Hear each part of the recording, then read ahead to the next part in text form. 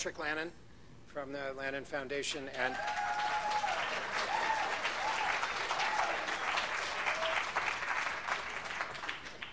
better keep my glasses on. I have a little script here. It's not too well organized, but I want to thank all of you for coming tonight, and I want to say that it's a pleasure for us to be able to do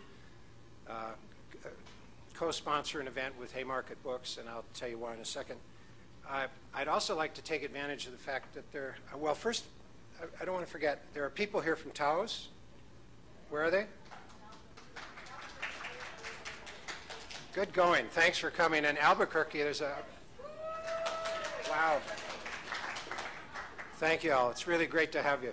I'm going to use this occasion because you're all here to tell you that the Foundation is going to start a series called the Lannan Cultural Freedom Lecture Series here in Santa Fe.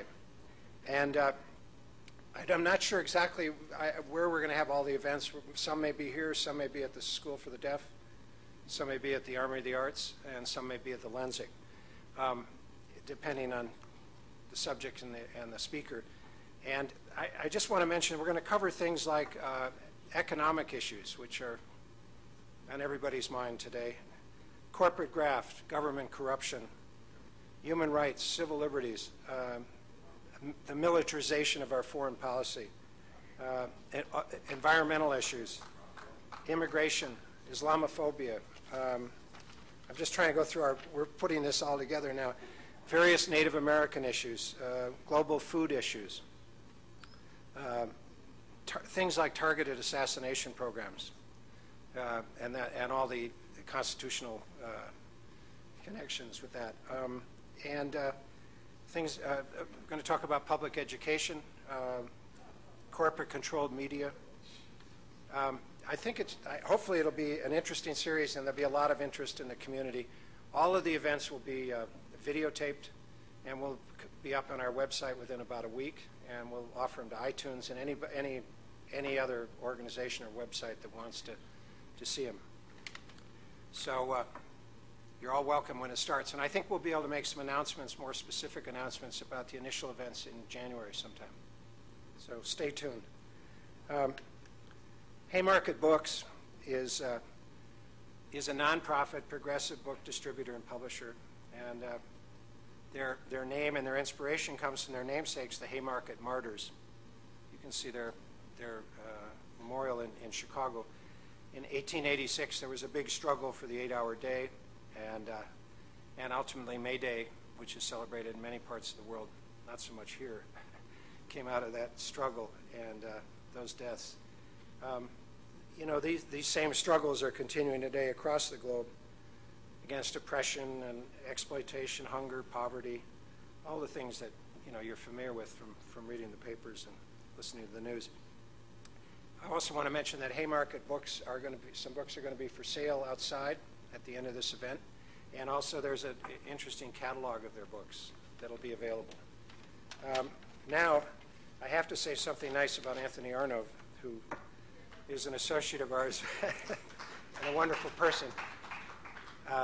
Anthony recently directed and produced The People Speak with Howard Zinn, Chris Moore, Josh Brolin, and Matt Damon. And I don't know how many people have seen the film yet, the documentary, but it's really quite incredible.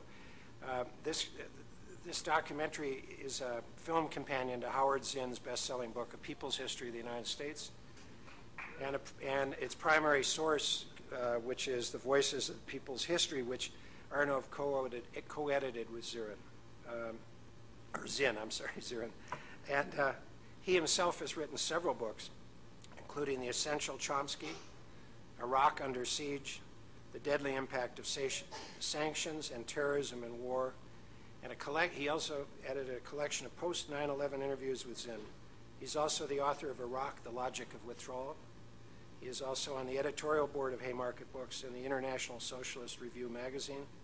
And with Zinn, he co-founded the nonprofit Voices of a People History of the United States, which is an effort to bring the program and the productions into school systems in the United States and other parts of the world. So please join me in welcoming Anthony Arnove, your host.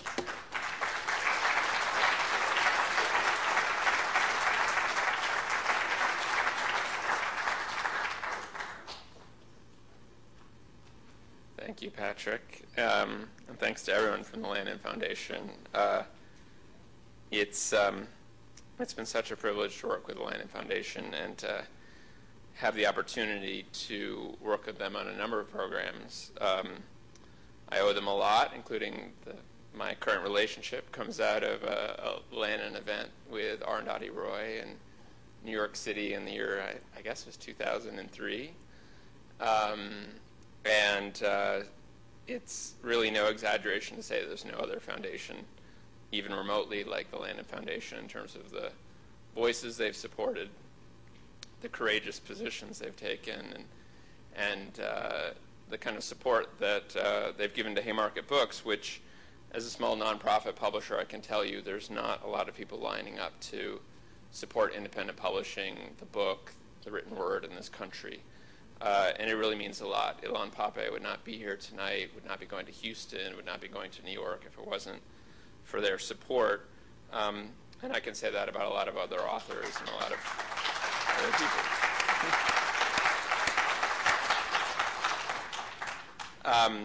And they're also just wonderful people who embody the principles that they support. I'll just mention briefly that another Haymarket Books author who they're bringing to Santa Fe, and we're really thrilled about, is Tom Engelhardt, who will be here in February. And I believe the first Saturday in January, tickets go on sale for that event. I hope you can attend that as part of the Readings in Conversation series. He'll be here with Jeremy Scahill, who's another Haymarket author. We publish his book, Blackwater, in Spanish. And it's tough publishing in Spanish in this country, but it's an important and growing audience, and we're really thrilled that we were able to bring that and some other books to the Spanish-speaking community and reading community in this country. As we came in tonight, Ilan and Lori Betlock and we saw there's a quote in the lobby, "We cannot escape history." And I thought that was a tremendously fitting quote to see with regard to the presentation we're going to hear tonight from Ilan Pappe. His work really is a tribute to that sentiment, that we cannot escape history, that we have to confront it, that we have to understand it, that we have to engage with it, and we have to do so honestly, no matter what the price you may personally pay for it. Ilan Pappe is now the head of a Center for Palestine Studies that he founded at Exeter in England, but that institution, which is now really the first Western institution dedicated to the study of Palestine studies based at a university, and it's beginning to inspire other efforts. Columbia University, and I hope many more universities will follow in his footsteps.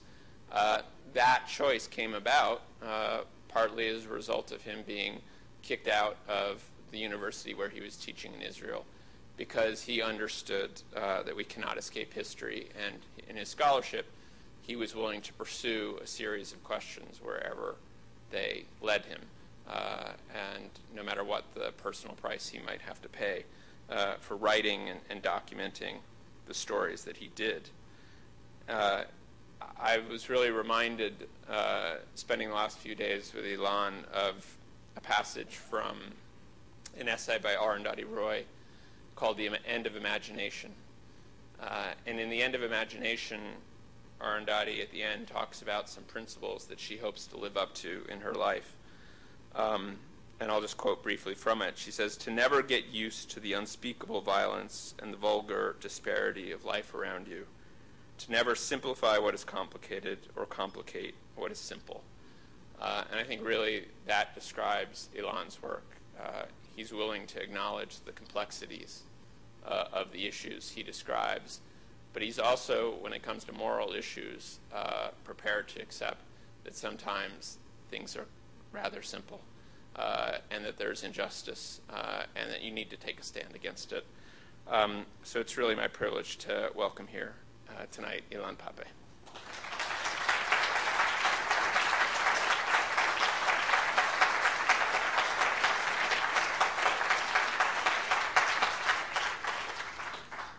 Thank you, Anthony, for your kind words.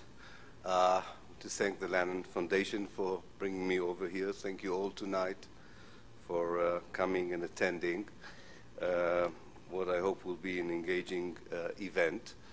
I'll start by reading a few sections from the book before Anthony and I would move into a conversation. I'm not used to reading from books. I'm used to speaking without notes, actually.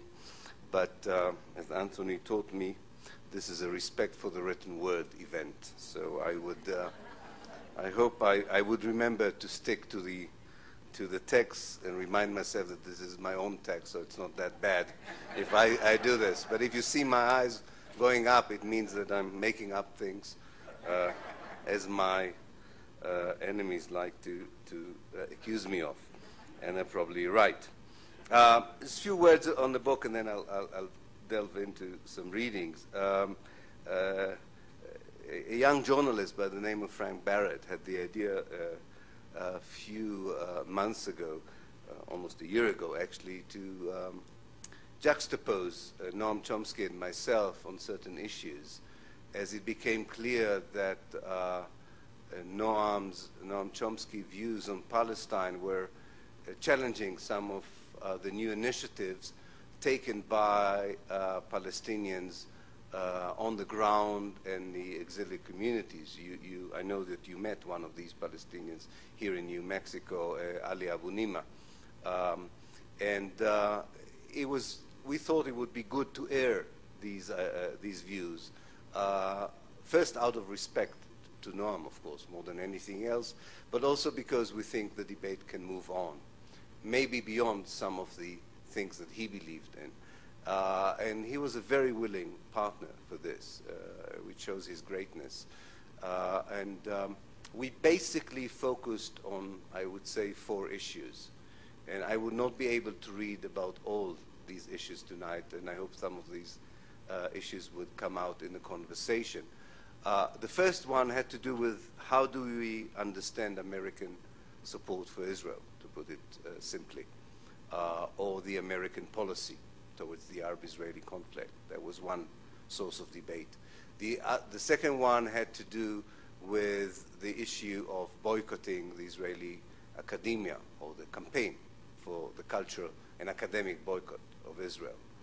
We had different views about it, and I hope that the book brings out very clearly the 2 positions, but also the complexities of both positions. They're not straightforward anyway. And the third one has to do with the right of return of the Palestinian refugees. We have different innuendos. I wouldn't say that these are 2 strongly opposed opinions, but they're different. And they reflect, I think, a very important debate within the community of activists who support the Palestine issue around the world. And finally, and maybe most importantly, but I would leave that maybe for the conversation, we'll not read about it, is our vision for the future.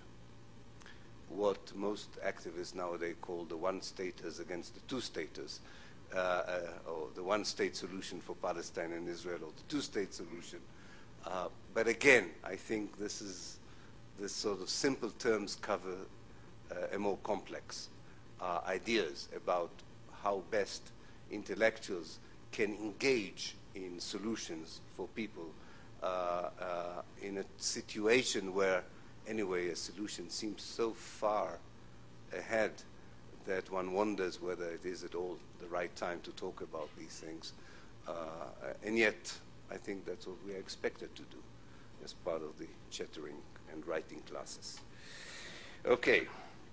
The first chapter I'm going to read from is about my understanding of American policy towards the issue of Israel and Palestine. My main argument, and by this I'm very much influenced by the French philosopher Michel Foucault, is that history is made out of discrete processes that have very little in common. And then when they fuse together, they create what we call an historical event.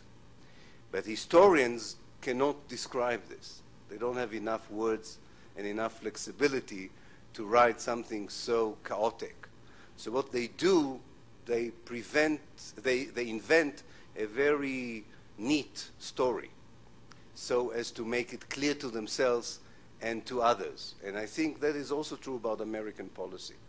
On the face of it, it looks like it was always pro-Israel, and it could never be pro-Palestinian. I claim in this chapter that this is not true, either the first part of the sentence nor the second one.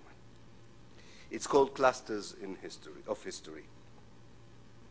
A thought-provoking article was published by John Mearsheimer and Stephen Walt.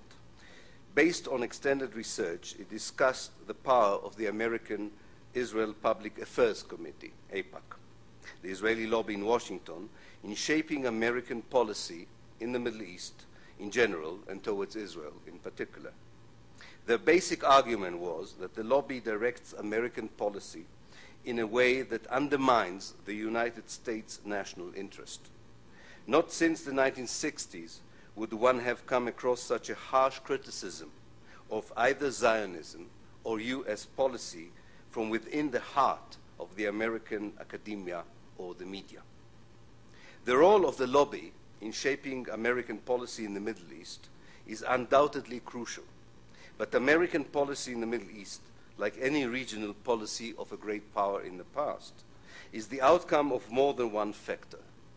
For those like myself, for whom the analysis of such a policy is not just an academic, but a matter of life and death, an expanded analysis is called for, not only for the sake of understanding that policy more clearly, but also as a way of coping with its dangerous outcomes.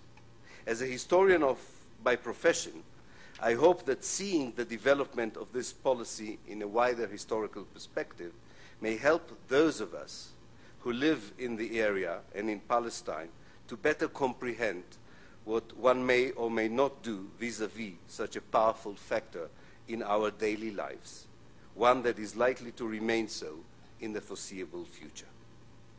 A scholarly narrative of chaotic historical processes, such as the development of a particular foreign policy, requires an organizational method that might raise suspicions about the considerable gap between the structured representation of the policy and its actual implementation on the ground.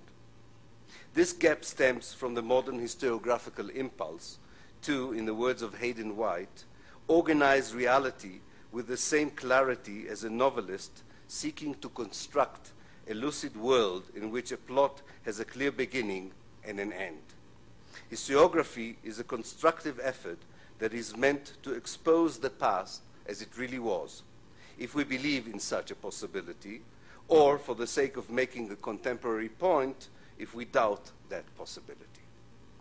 But anyone who dares to dive into the ocean of words to be found in the political and diplomatic documents in the various national archives understands how precarious is the story extracted from these heaps of documents, left behind by the chattering classes that shaped our lives over the last 2 centuries.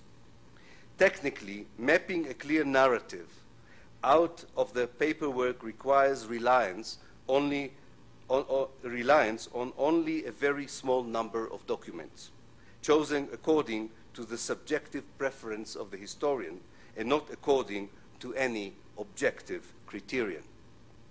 A middle ground between relativist and positivist views of foreign policy historiography consists of providing readers interested in a particular chapter of such a policy with clusters of facts and evidence from the past, each providing a certain insight into the phenomenon being researched.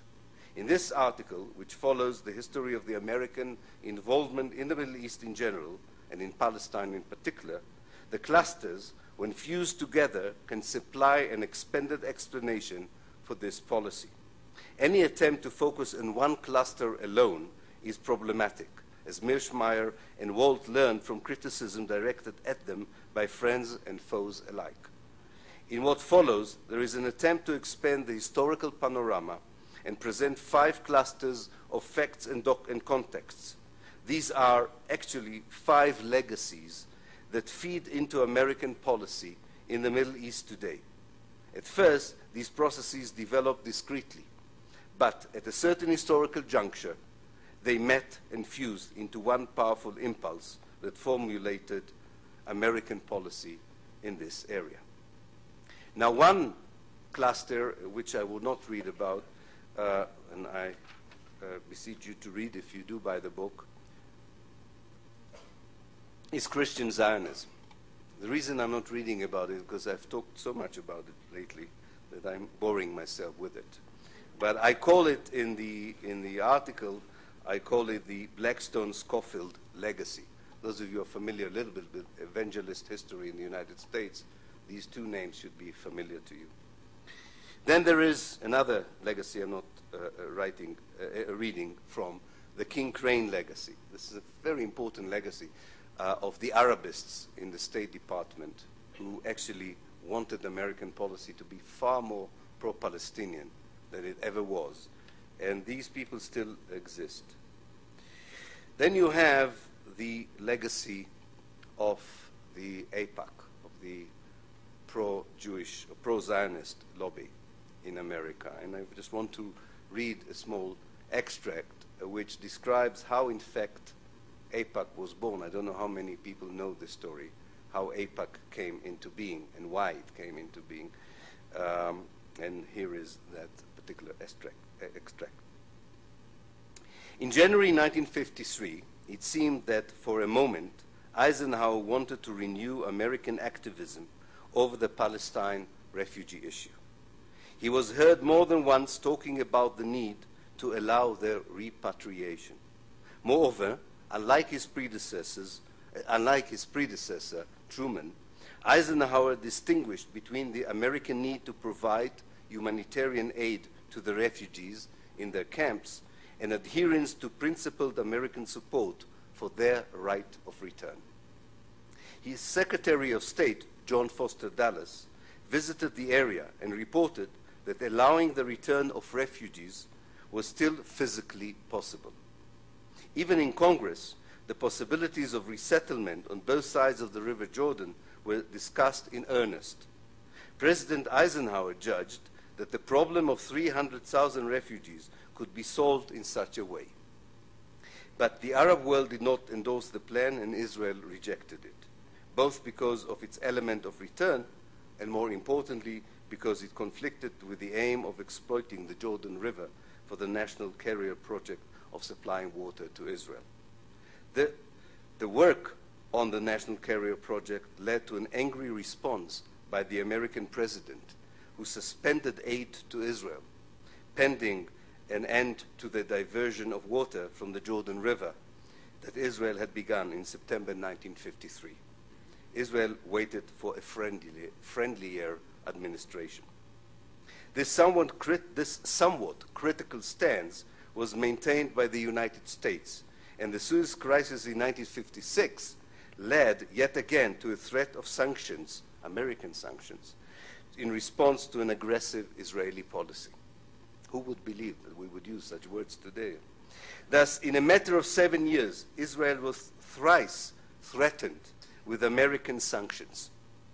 The Americans forced the Israelis out of the Sinai, which was a traumatic lesson for the local leadership. The prospect of such an American position expanding and deepening constituted in the eyes of the Israeli policymakers a real existential threat. This was definitely the opinion of Israel's ambassador to the United Nations, Abba Eban. As part of his efforts to sabotage such a development, he enlisted an official of Canadian origin who worked in the United Nations Public Relations Office, Isaiah L. C. Kennan. Kennan's first assignment was to write an article alerting the public to the dangers incurred by the anti-Israeli orientation of U.S. policy in the Middle East. The same message was forcefully conveyed in a series of articles Kennan published in a new journal, The Near East Policy, which became the pro-Israeli lobby's mouthpiece, funded partly by Israel. Kennan began organizing Jewish support, first in local trade unions and then in communities across the country. The Washington Institute for Near East Policy was founded around the journal as AIPAC's think tank. The first visible results of Kennan's activity was by Jewish members of the Dockers Union who boycotted Arab ships in in American harbors in order to prevent U.S. aid reaching Arab states that did not recognize Israel. Then came around 1960 the first many Jewish initiatives on Capitol Hill for anti-Arab legislation. The pro-Israeli lobby worked uninterrupted until 1963, when the famous Senator William Fulbright became intrigued by its activities and demanded a congressional investigation of its financial sources. The 300 pages produced by the investigating body revealed that over 4 years, the lobby had raised $5 million, exempted from tax, from the Jewish community in the United States. This was done by the purchase of bonds clandestinely made over to the State of Israel. American law forbade lobbying for the interests of a foreign country.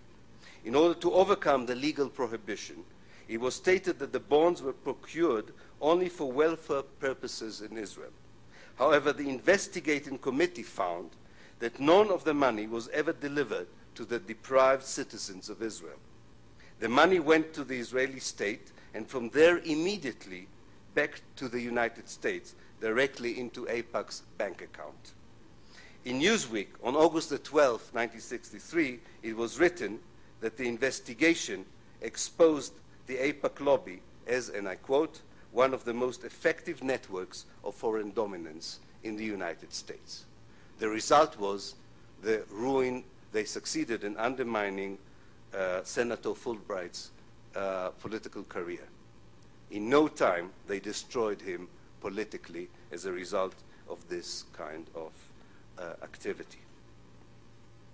I continue and describe other legacies, which I will not go into it, but the bottom line is that when you fuse together these, what I call discrete historical processes, in the case of American policy, Christian Zionism, AIPAC, other legacies, you get what you have today. And let me just read what you get today, and I'm referring actually, when I say today, to something that happened a few years ago, but I'm sure it's relevant for 2010 as well.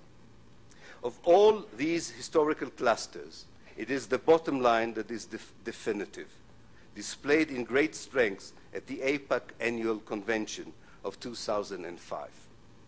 In the Washington Congress Center, 26,000 kosher meals were prepared, decorated with 32,640 hors d'oeuvres, 5 tons of salmon, 2.5 tons of turkey, 1 ton of poultry, and 1 ton of hummus.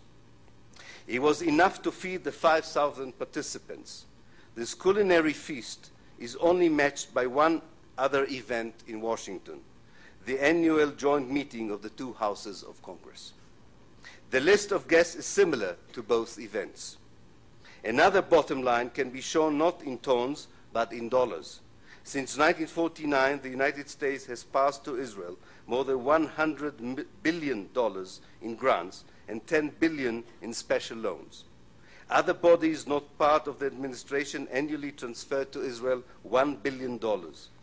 This is larger than the amount of money transferred by the United States to North Africa, South America, and the Caribbean put together. Their joint population amounts to over 1 billion people. Israel's population is 7 million. Over the last 20 years, $5.5 billion has been given to Israel for military purchases. There is no precedent for such bilateral relations, and one does not have to overstate the implication of such a policy for the Palestinians and for the chances of peace in the Middle East. But in this historical narrative, there are also rays of hope. In the complex reality that formulates the American policy, there are factors and processes that in the past directed it into a more positive track. And it may be that history, as Michel Foucault tried to convince us, is a list of discrete, disconnected processes whose joint impact is not linked to any one of them, but to their fusion into one big explosion. In that case, history is not just a linear movement of endless American support to Israel against and at the expense of the Palestinian cause, but a more distorted, curved line of ups and downs that indicate possible changes in the future. Moreover, a concerted effort to bring about such a change is a worthy goal, inside and outside the United States. But what we have this year is the ominous call that already was made at 2006 AIPAC Convention for the United States to attack and invade Iran. Another chapter in this book deals with another kind of history, the history of denial, not just the history of American policy. And it's called State of Denial, the Nakba, that is the Palestinian catastrophe, in Israeli history and today. For Israelis, 1948 is a year in which two things happened that contradict each other. On one hand, Zionism, the Jewish national movement, claimed it fulfilled an ancient dream of returning to homeland after 2,000 years of exile. From this perspective, 1948 was a miraculous event in the collective Israeli Jewish memory. It constitutes a chapter in history that not only proclaims triumph and the realization of dreams, but also carries associations with moral purity and absolute justice. This is why anything that happened in that year is wedded to the most basic values of present Israeli society. Hence, the military conduct of the Jewish soldiers on the battlefield in 1948 became a model for generations to come. And the leadership statesmanship in those years is still a paragon for future political elites. The leaders are described as people devoted to the Zionist ideals and as men who disregarded their private interests and good for the sake of the common cause. 1948, then, is a sacred year, revered in more than one way as the formative source of all that is good in the Jewish history of Israel. On the other hand, 1948 also marked the worst chapter in Jewish history.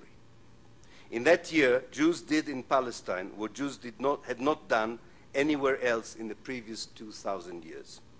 Even if one puts aside the historical debate about why what happened in 1948 in fact transpired, no one seems to question the enormity of the tragedy that befell the indigenous people of Palestine as a result of the emergence and success of the Zionist movement.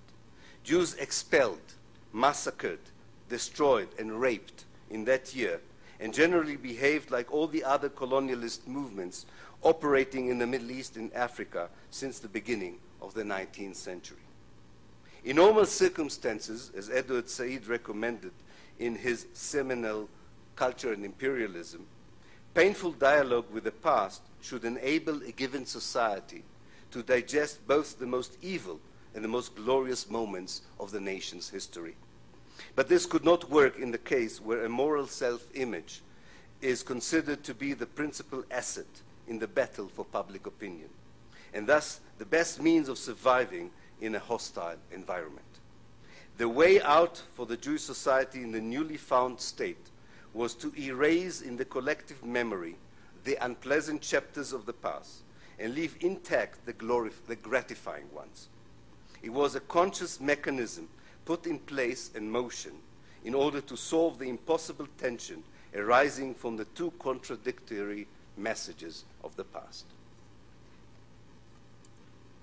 Moreover, the fact that so many of the people in Israel today lived through the 1948 period has made the task all the more difficult. 1948 is not a distant memory, and the crimes committed then are still visible in the landscape around for the present generation of Israelis to behold and comprehend. On the Palestinian side, there are still victims living who can tell their story, and when they are gone, their descendants who have heard the tales of the 1948 horrors over and over again are likely to represent their point of view for generations to come. And of course, there are people in Israel who know exactly what they did, and there are even more who know what others did. Nevertheless, the Israeli authorities continue to succeed in eliminating these deeds totally from the society's collective memory, while struggling vigorously against anyone trying to shed light on the repulsive chapters of the 1948 history, whether inside or outside Israel. When one examines Israeli textbooks, curricula, media, and political discourse, one notices that this chapter in Jewish history, the chapter of expulsion, colonization, massacres, rape, and the burning of villages, is totally absent. In its stead, one finds chapters of heroism, glorious campaigns, and amazing tales of moral courage and military competence, unheard of in any other history of a people's liberation in the 20th century. Let us thus begin with a brief overview of the denied chapters of the history of 1948. Some of these chapters are also missing, thus, from the Palestinian collective memory. The two forms of amnesia stem, of course, from two very different ways of dealing with the past. Jewish Israelis are unwilling to acknowledge or be accountable for what happened in 1948, whereas the Palestinians, as a community of victims, have little appetite to revisit the trauma of the past. For such distinct reasons, popular memory on both sides and the failure of or unwillingness of professional historians to provide a true representation of the past have left us without a clear picture of the events of 1948. And I don't want to quote to you what I call the erased chapters. I hope you will see how they come out in this chapter. What I would like to quote again is from the end of this chapter, after I describe the development of the struggle against the 1948 events inside and outside Israel. I'm trying to assess where do we stand today with this memory of the horrible and criminal things that the Jewish state did to the indigenous people of Palestine.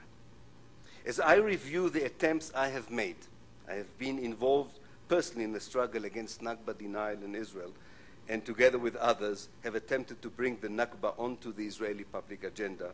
A very mixed picture emerges.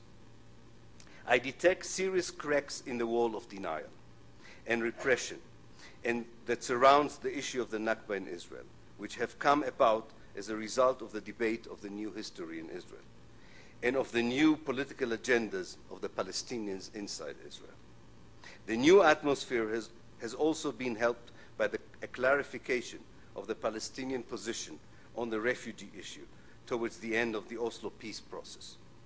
As a result, notwithstanding more than 50 years of systematic governmental suppression, it is becoming more and more difficult in Israel to deny the expulsion and the destruction of the Palestinians in 1948.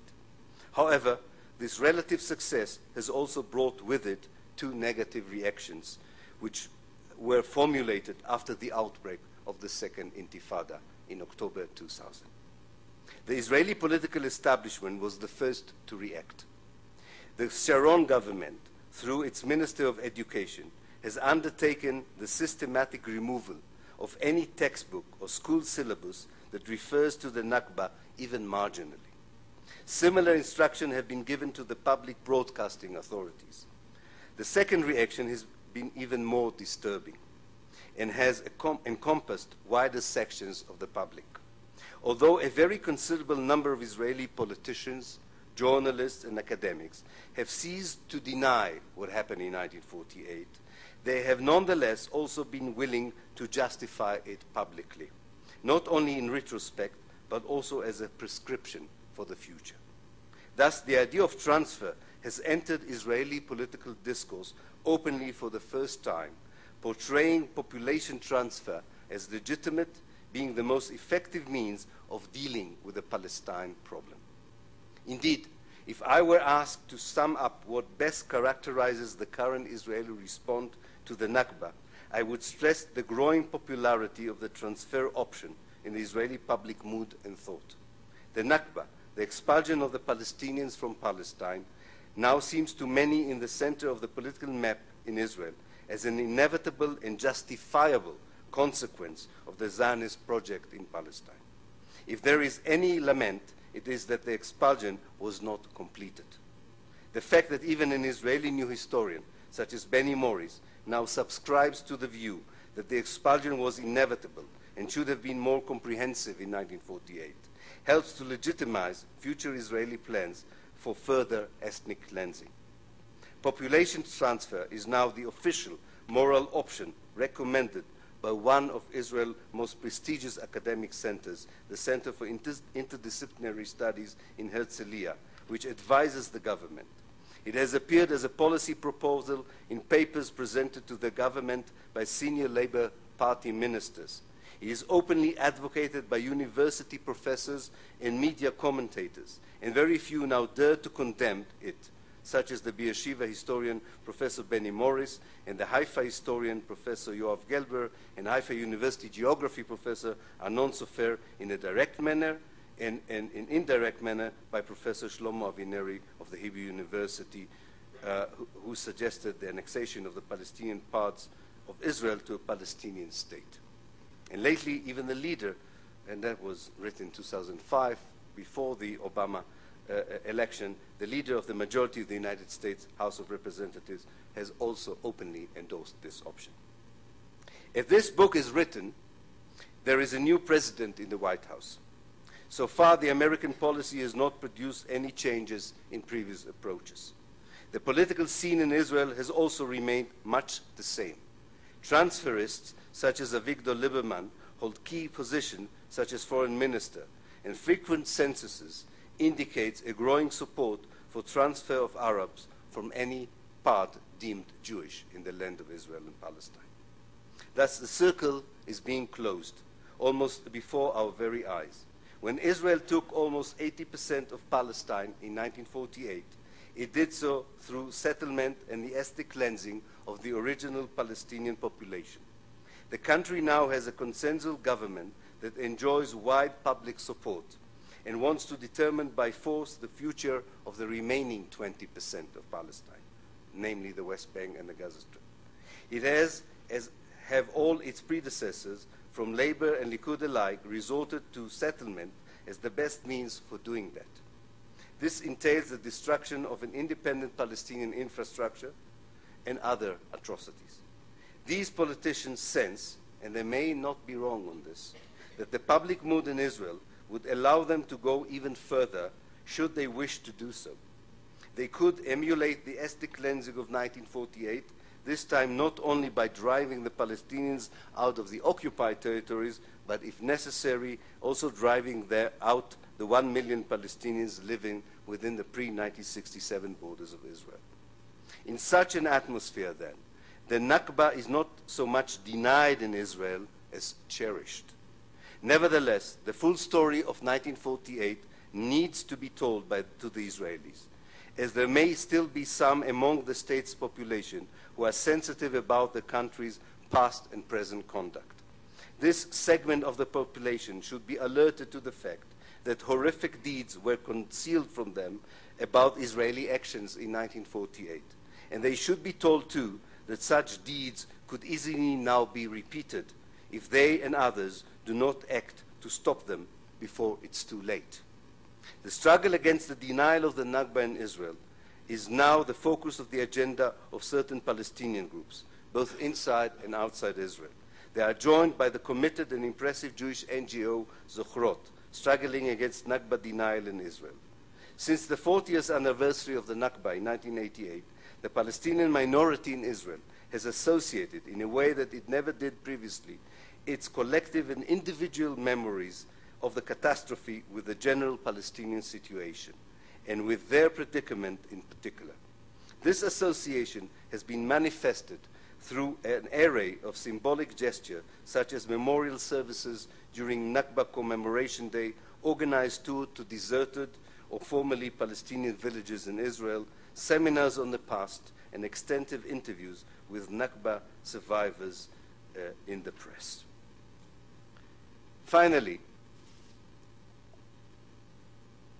because history teaches the Israelis the two things that I was trying to convey here, that they cannot always rely on American support, and they cannot really suppress the awful crime that they have committed against the Palestinian people, because they continue to commit the same crimes ever since, they feel, and I think this is behind what happened in Gaza in 2009, they feel that they have a very short window of opportunity to complete the Zionist ideal, because things can change either in the public opinion here in the United States or in the Palestinians' ability to react to the Israeli politics of dispossession and colonization. And I think behind this understanding motivated the brutality that was exercised against the Palestinian in Gaza in 2009. So for my share in the book, which is a bit different from the take that Noam Chomsky has on this, my take in the book is that you cannot understand what Israel did in Gaza without understanding what Israel did in 1948 and without understanding the immunity Israel enjoys in the Western world due mainly for the American support and endorsement of the Jewish state. So my particular chapter on Gaza is called The Killing Fields of Gaza. And let me end by reading from that chapter. The Gaza Strip is a little bit more than 2% of Palestine. This small detail is never mentioned whenever the Strip is in the news, nor has it been mentioned during the Israeli onslaught in Gaza in January 2009. Indeed, it is such a small part of the country that it never existed as a separate region in the past. Gaza's history before the Zionization of Palestine was not unique, and it was always connected administratively and politically to the rest of Palestine. It was until 1948 an integral part, a natural part of the country. As one of Palestine's principal land and sea gates to the rest of the world, it tended to develop in a more flexible and cosmopolitan way of life, not dissimilar to other gateways societies in the Eastern Mediterranean in the modern era. This location near the sea and on the Via Maris to Egypt and Lebanon brought with it prosperity and stability until this life was disrupted and nearly destroyed by the Israeli ethnic cleansing of Palestine in 1948. Between 1948 and 1967, Gaza became a huge refugee camp, restricted severely by the respective Israeli and Egyptian policies. Both states disallowed any movement out of the Strip. Living conditions were already harsh then, as the victims of the 1948 Israeli politics of dispossession doubled the number of the inhabitants who had lived there for centuries. On the eve of the Israeli occupation in 1967, the catastrophic nature of this enforced demographic transformation was evident all over the Strip. This once pastoral coastal part of southern Palestine became within 2 decades one of the world's densest areas of habitation without any adequate economic infrastructure to support it. The first 20 years of Israeli occupation allowed at least some movements outside the area that was closed off as a war zone in between the years 1948 and 1967. Tens of thousands of Palestinians were permitted to join the Israeli labor market as unskilled and underpaid workers. The price Israel demanded for this slave market was a total surrender of any national struggle or agenda. When this was not complied with, the gift of laborers' movement was denied and abolished. All those years leading to the Oslo Accord in 1993 were marked by an Israeli attempt to construct the Strip as an enclave, which the Israeli peace camp hoped would be either autonomous or part of Egypt, and the nationalist camp wished to include in the greater Eretz Israel they dreamt of establishing instead of Palestine. Namely, there was no voice inside Israel who wanted to see Gaza as an integral, organic, liberated part of a free Palestine. Even the most peacenik among the peace camps in Israel saw Gaza long before the attack on Gaza as a huge prison camp. The difference was that it was regarded as an open prison camp, not as a high security prison camp as it is regarded today. The Oslo Agreement enabled the Israeli to reaffirm the Strip's status as a separate geographical entity, not just outside of Palestine as a whole, but also cut off from the West Bank. Ostensibly, both the Gaza Strip and the West Bank were under the Palestinian Authority, the PA, but any human movement between them depended on Israel's goodwill, a rare Israeli trait, goodwill, that almost disappeared when Benjamin Netanyahu came to power in 1996. Moreover, Israel held, as it still does today, the water and electricity infrastructure. Since 1993, it used, or rather abused, this possession in order to ensure, on the one hand, the well-being of the Jewish settler community, and on the other, to blackmail the Palestinian population into submission and surrender. The people of the Gaza Strip thus facilitated in the last 60 years between being internees, hostages, or prisoners in an impossible human space. It is within this historical context that we should view the massacre that took place in January 2009 and the violence raging in Gaza in the preceding 5 years. The violence was not only meted out by Israeli forces. There was a fair share of inter-Palestinian fighting for a short while, although one should say that given the nature of the Israeli occupation and policy, this internal violence was far less than would be expected under such circumstances. But this internal phase is a minor aspect of a far more important issue, Israel's violence against the Gaza Strip. When we look back from our current vantage point, we see more clearly that than ever before the fallacy of the Israeli discourse and justification for its actions in Gaza. Its politicians and diplomats define the policies against Gaza as a war against terror. I'm sure that sounds familiar to you. A war against terror, directed against a local branch of Al-Qaeda, and one that was meant to fend off a seditious Iranian penetration into this part of the world. Its academics prefer to depict Gaza as another arena in the dreaded clash of civilization. However, the origin of the particular violent history of the Gaza Strip lies elsewhere. The recent history of the Strip, 60 years of dispossession, occupation, and imprisonment, inevitably produced internal violence, such as we witnessed in the last few years, as it produced other unbearable features of life lived under such impossible conditions. In fact, if we take even a closer look at the 5 years preceding the CAST-led operation, we can provide a sure analysis of the motivation for the violence directed against the Palestinians in 2009. There are two historical contexts for what happened in Gaza in January that year. One takes us back to the foundation of the State of Israel, through the occupation of the Strip by Israel in 1967 and up to the failed Oslo Accord in 1993. The second is the one presented here, an escalation of an Israeli policy that culminated with the events of 2009. The ideology of ethnic cleansing, adopted in 1948, is the main tool for implementing the dream of a safe and democratic Jewish state, led to the occupation of the Gaza Strip in 1967, which lasted until 2005, when Israel allegedly withdrew. The Gaza Strip was already encircled by an electric fence in 1994 as part of the preparation for peace with the Palestinians, and became a ghetto in 2000 when the peace process was declared dead. The decision of the people of Gaza to resist this closure by violent and non-violent means confronted the Israeli military and political elite with a new dilemma.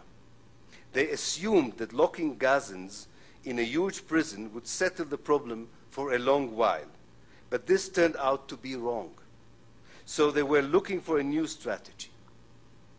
The bitter fruits of this strategy were revealed in January 2009, and the international community reacted furiously but ineffectively. The main byproduct of this international fury was the Goldstone report. It summarizes well, although in a very cautious and limited way, the scope of the carnage left by Israel after hostility subsided.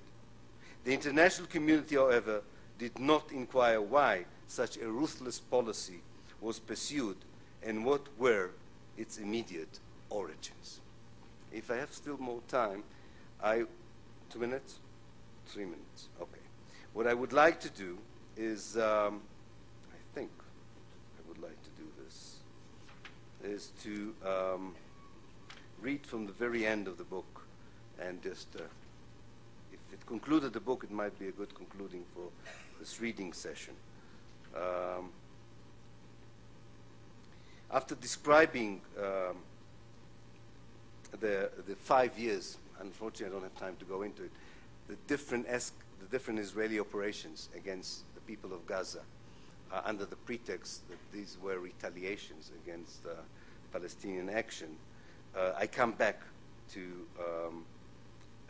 the Goldstone report and the Israeli attacks on Gaza, and I did what many friends of mine were very unhappy with. And I decided in a very lucid way, as far as I was concerned at least, without any ambiguity, to call the Israeli policies in Gaza genocide and not just ethnic cleansing, which was very difficult for many people, but I thought was the right way of doing it. So let me just read a small, short extract on this, and with this we'll end the reading.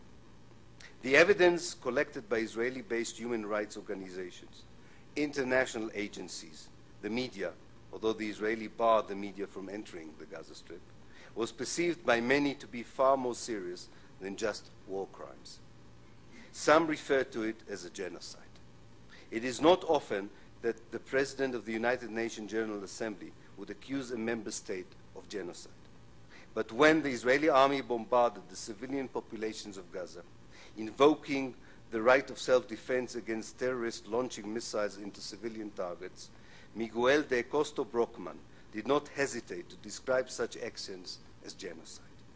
As a former Roman Catholic priest and Nicaragua's foreign ministers, his views carry considerable weight.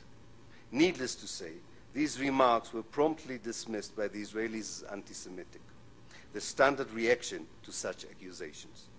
Had his voice been a lonely one in the wilderness, it would have had little resonance. But he was joined by similar expressions of outrage by other senior politicians, especially outside the Western corridors of power, who chose the term genocide as the only way to describe the tragedy visited upon the people of Gaza. The cost of Brockman's reaction came before the full-scale destruction of homes, schools, and hospitals in many parts of Gaza.